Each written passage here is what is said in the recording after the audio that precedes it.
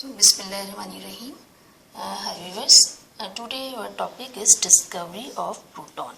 Okay, discovery of proton जो है, proton को सबसे पहले गोल्डस्टीन नामी साइंटिस्ट थे, जर्मन साइंटिस्ट, उन्होंने इसकी सबसे पहले डिस्कवरी की। क्योंकि कहा यह गया कि जब एक एटम है और एटम के अंदर नेगेटिव चार्ज मौजूद है तो यकीनन कहीं ना कहीं पॉजिटिव चार्ज भी होना चाहिए, क्योंकि तभी जो है इसमें इसका जो चार्ज होता है एटम का वो न्यूट्रल आता है। ठीक है, सो न्यूट्रल या इसी कंडीशन में आ सकता है जब इसमें एक पॉजिटिव चार्ज भी मौजूद होगा। सो उस पर मुख्तलिफ रिसर्च हुई। इसके लिए सबसे पहले जो एक्सपेरिमेंट किया वो गोल्डस्टीन नामी साइंटिस्ट ने किया, और उन्होंने क्या किया, जिस तरीके से उन्होंने एक डिस्चार्ज ट्यूब हमने जे थॉमसन के उसमें वो करा था ना, उसी तरीके से इन्होंने भी एक डिस्चार्ज ट्यूब के ऊपर इसका एक्सपेरिमेंट किया। ऑलराइट, अच्छा वो किस तरीके से किया, इन्होंने शीशे की ट्यूब ली, इसमें इन्होंने यहाँ पर ये एनोड लगाया, इलेक्ट्रोड, ओके, पॉजिटिव इलेक्ट्रोड लगाया एनोड, और यहाँ पर उन्होंने कैथोड लगाया। ठीक है, कैथोड को उन्होंने होल्स कर दिए, उसको परफोर्टेड कर दिया, क्योंकि उन्होंने कहा कि इसको, क्योंकि हमने इसमें एक्सपेरिमेंट इस तरह से करना होगा, पॉजिटिव रेज का करना होगा, तो हम देखते हैं कि वो मौजूद है या नहीं है। इसमें वोल्टेज उसी तरीके से हाई रखा, 10,000 तक वोल्टेज रखा, और उसको बैटरी से कनेक्ट कर दिया दोनों को। लो प्रेशर रखा, क्योंकि गैसेस जो होती हैं वो लो प्रेशर पे अच्छी कंडक्टर होती हैं। अब देखें हुआ क्या, जब उन्होंने ये सब कुछ किया तो उन्होंने ये देखा कि कुछ रेज जो हैं वो एनोड से कैथोड की तरफ जा रही हैं। ठीक है, ऐसा उन्होंने देखा। अच्छा, साथ में पहले तो ये उनको ये फील हुआ कि रेज जो है वो कैथोड टू एनोड की तरफ आ रही हैं। ठीक है, इस तरीके से। ठीक है, उन्होंने कहा कि ये तो नेगेटिव पार्टिकल्स हैं जो कि जाहिर सी बात है कैथोड से एनोड की तरफ आ रही हैं। लेकिन साथ ही उन्होंने ये भी नोटिस करा कि कुछ रेज ऐसी भी हैं जो कि एनोड टू कैथोड आ रही है।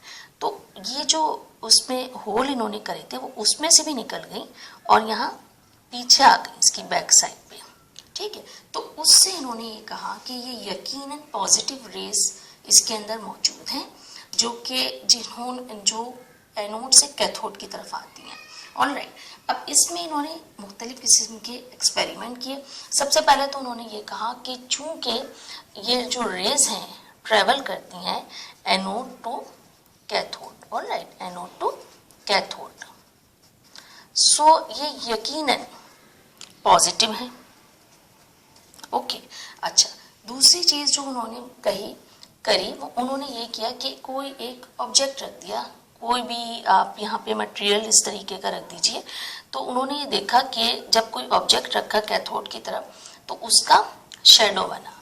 ठीक है ना, जैसे कि पहले जे थॉमसन ने किया था, शेडो बना। फिर उन्होंने ये करा कि सेम उसी तरीके से दरमियान में एक व्हील रख दिया, एक लाइट सा व्हील रख दिया। तो उन्होंने ये देखा कि जो पॉजिटिव रेज वाले पार्टिकल्स हैं वो उन्होंने इस व्हील को रोटेट किया। ओके, जैसे पहले हुआ था।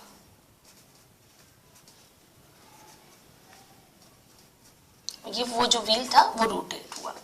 अच्छा, फिर तीसरी चीज उन्होंने क्या करी, आगे उन्होंने काम ये किया कि जिंक सल्फाइड जो होता है ना आपका, जिंक सल्फाइड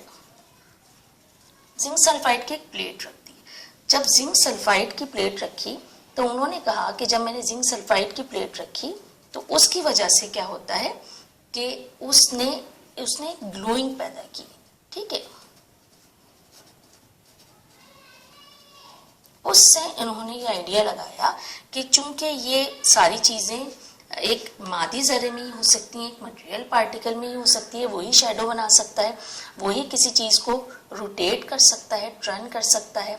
ठीक है, इसके अलावा ग्लोइंग पैदा हो रही है, तो उन्होंने कहा कि ये यकीनन कोई मटेरियलिस्टिक पार्टिकल है। ठीक है, जैसे कि इलेक्ट्रॉन की डिस्कवरी में हुआ था। ऑलराइट, सो ये सारी चीजें इन्होंने इसी तरीके से नोटिस की। ऑलराइट, अच्छा, फिर आगे देखें कि आगे क्या होता है। अब इन्होंने उसको ये कहा कि ये जो है चूंकि इन्होंने सारी चीज़ें, सारे मेथड वही अप्लाई करे जो कि डिस्कवरी ऑफ इलेक्ट्रॉन में करे थे अप्लाई, सारी चीज़ें वही हुई। तो हुआ ये कि ये चीज़ तो तय हो गई कि एक मटेरियलिस्टिक पार्टिकल है, और चूंकि ये एनोड टू कैथोड आ रहे हैं, पॉजिटिव से नेगेटिव की तरफ अट्रैक्ट हो रहे हैं, तो यकीनन ये जो है एक पॉजिटिव पार्टिकल्स हैं। इसके अलावा उन्होंने जो है मजीद इसके बारे में ये कहा कि इसमें उन्होंने मुख्तलिफ किस्म के एक्सपेरिमेंट भी इसमें करके देखे। आपको याद होगा कि हमने ये कहा था कि इलेक्ट्रोड चेंज कर देना इलेक्ट्रॉन की डिस्कवरी में, या गैसेस चेंज कर देना, इसी तरीके से इन्होंने भी ये करा कि इन्होंने जो है गैस चेंज करी। लेट सपोज पहले उन्होंने हाइड्रोजन ली, बाद में उन्होंने हीलियम ले ली, नियॉन ले ली, एनीथिंग नाइट्रोजन ले ली, तो उससे ये रिजल्ट सामने आया कि इसका जो E/m का रेशो होता है ना गैस चेंज करने से, वो इलेक्ट्रॉन में तो सेम था लेकिन वो प्रोटॉन में डिफरेंट निकला, प्रोटॉन में सेम नहीं निकला। ठीक है, अच्छा वो कैसे? अच्छा वो इस तरीके से होता है क्योंकि E/m में चार्ज की तो हम बात नहीं करते, चार्ज तो इसका जो है वो सेम ही रहता है, और हमेशा इसका जो चार्ज होगा वो 1.602 टाइम 10⁻⁻⁹ आएगा। ओके, कूलम पर ग्राम जो है वो ही आएगा। अब मास की उन्होंने बात की तो उन्होंने कहा कि मास, जिस गैस का मास जो है वो लाइट होगा, कम होगा, ठीक है, उसकी अगर गैस का मास क्या है, लाइट है, कम है, तो उसकी जो E/m की रेशो होगी ना वो हमेशा हाईएस्ट होगी, ज्यादा होगी। ठीक है, अच्छा आप ये माइंड में आपके क्वेश्चन आ रहा होगा तो कि ऐसा कैसे हो सकता है? देखिए ऐसा इस तरह से होता है क्योंकि गैस को जब हम डिस्चार्ज ट्यूब के अंदर डालते हैं तो वो जो है एक आयोनाइजेशन पैदा कर देती है। ठीक है, एक वहाँ पर उसके आयंस जो होते हैं ना वो रह जाते हैं।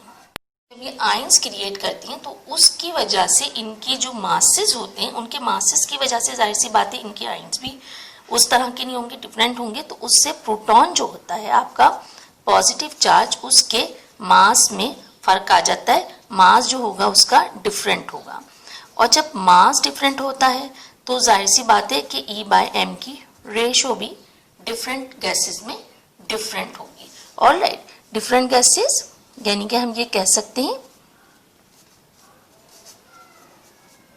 Has different mass.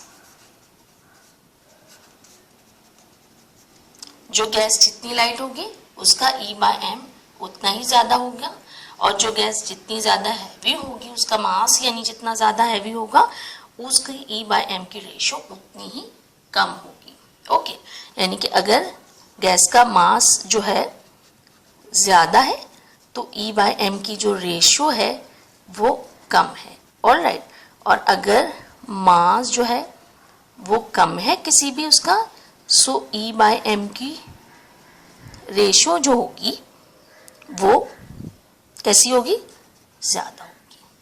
ठीक है, तो ये तो एक छोटा सा पॉइंट था कि देखिए मास अगर किसी भी उसका ज्यादा है तो E/m की रेशो कम है, और मास कम है तो E/m की रेशो ज्यादा होगी क्योंकि आयोनाइजेशन हो जाती है।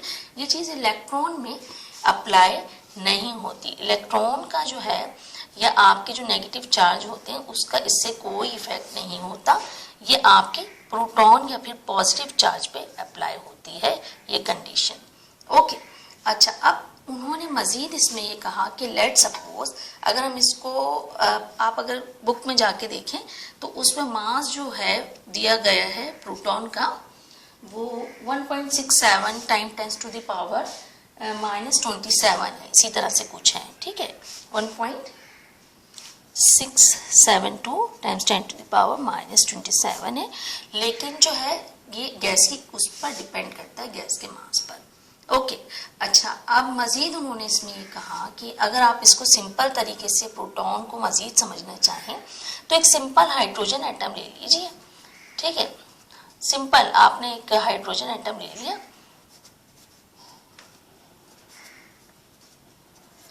इसका कोई आइसोटोप्स नहीं है, ये एक सिंपल है जो कि एक इलेक्ट्रॉन और एक प्रोटॉन पे कंसिस्ट है। ओके, ये मैंने कहा कि 1 इलेक्ट्रॉन है और ये 1 प्रोटॉन है। ऑलराइट, अब इसमें से आपने करना ये है कि ये जो इलेक्ट्रॉन है इसको निकाल दीजिए।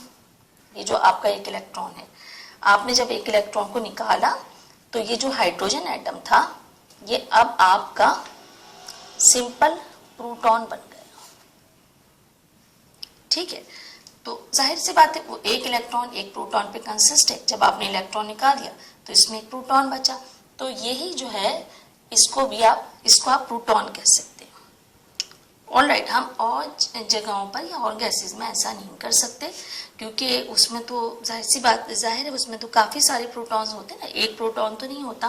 तो हमने एक सिंपल हाइड्रोजन ले लिया, उस पर एक्सपेरिमेंट करके देखा और ये इस तरीके से एक प्रोटॉन बन गया जब आपने इसमें से इलेक्ट्रॉन को बाहर निकाल दिया।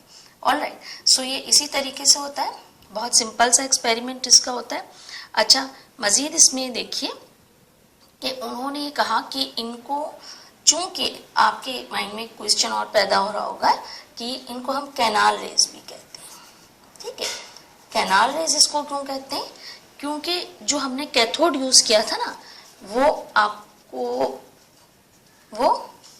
होल्स उसमें किए हुए थे।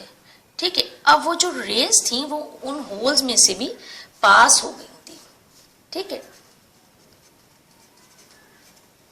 उन होल्स में से भी वो निकल गई थी, तो इसलिए इनको हमने कैनाल रेज का भी नाम दिया। और पीछे जाके वो उसके बैक साइड पे उस तरीके से कलेक्ट हो गई थी सारी। ऑलराइट, तो ये एक बहुत सिंपल सा एक्सपेरिमेंट था जिसको गोल्डस्टेन ने किया, और इस तरीके से बात बिल्कुल क्लियर हो गई, वाज़ह हो गई कि जो एटम होता है, एटम न्यूट्रल है, जस्ट न्यूट्रल है। न्यूट्रल क्यों है? क्योंकि अगर ये कहीं नेगेटिव चार्ज रखता है तो ये कहीं ना कहीं पॉजिटिव चार्ज भी रखता है। ठीक है, इसीलिए ये न्यूट्रल आता है। सो इस तरह से व्यूअर्स इसमें एनोड की उन्होंने प्रॉपर्टीज निकाली, सारी की सारी प्रॉपर्टीज ऑफ एनोड थी। ठीक है, सो यहाँ पर बिल्कुल सारी चीज़ें वैसी हैं कि ये मटेरियलिस्टिक पार्टिकल है, क्योंकि इसका शेडो बना, व्हील रखा तो वो रोटेट हुआ, जिंक सल्फाइड की प्लेट रखी तो ग्लोइंग हुई उसमें। इसके अलावा इन्होंने मज़ीद उसमें ये भी कहा कि ये भी ट्रेवल जो होता है ना, ये लीनियर करती हैं। ठीक है, अगर इनको जब ये पॉजिटिव टू नेगेटिव जा रही होती हैं, यानी कि एनोड से कैथोड की तरफ जाती हैं, तो लीनियर ट्रेवल होता है।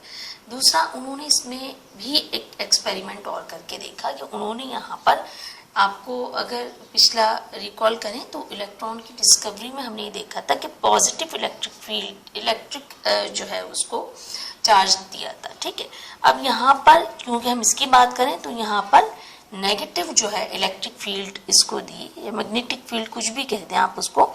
सो उससे क्या हुआ कि ये इस तरीके से उस तरफ को, जब नेगेटिव इनको इलेक्ट्रिक फील्ड दी गई तो ये यहाँ से आ रही है ना, तो ये इस तरफ न्यूट्रॉन हो गई। ऑलराइट, सो ये उन्होंने यहाँ पर इसको डिस्कवर किया। अच्छा, दूसरी चीज़ ये भी करके देख ली कि अगर जैसे कि पहले किया था, यहाँ पर भी नेगेटिव एक फील्ड दे दी, यहाँ पर भी नेगेटिव एक फील्ड दे दी, सो ये बिल्कुल स्ट्रेट ही इस तरह से अपना ट्रेवल करती रही। क्योंकि अब तो दोनों सूरतों में इनके पास वो चीज़ आ गई। आपको पता है कि जब दोनों तरफ से एक ही फोर्स लग रही हो तो चीज़ जो है हमारी परपेंडिकुलर इस तरह से जाती है। ऑलराइट, सो इस तरह से इन्होंने भी ऐसे ही ट्रेवल किया, और अगर एक तरफ नेगेटिव फील्ड दे दी हो या फिर मैग्नेटिक फील्ड लगा दी, सो ये उस तरफ टर्न हो गई। ओके, सो सारी प्रॉपर्टीज वही हैं, आपने मैग फील्ड दी इसको, सो उन्होंने उसी तरीके से जो है नेगेटिव फील्ड दी तो वो वहाँ पे टर्न हो गई। Okay, as you know that this particle heavy as compare to electron 1836. Alright, so goodbye student till the next section, but you have to practice. Good luck.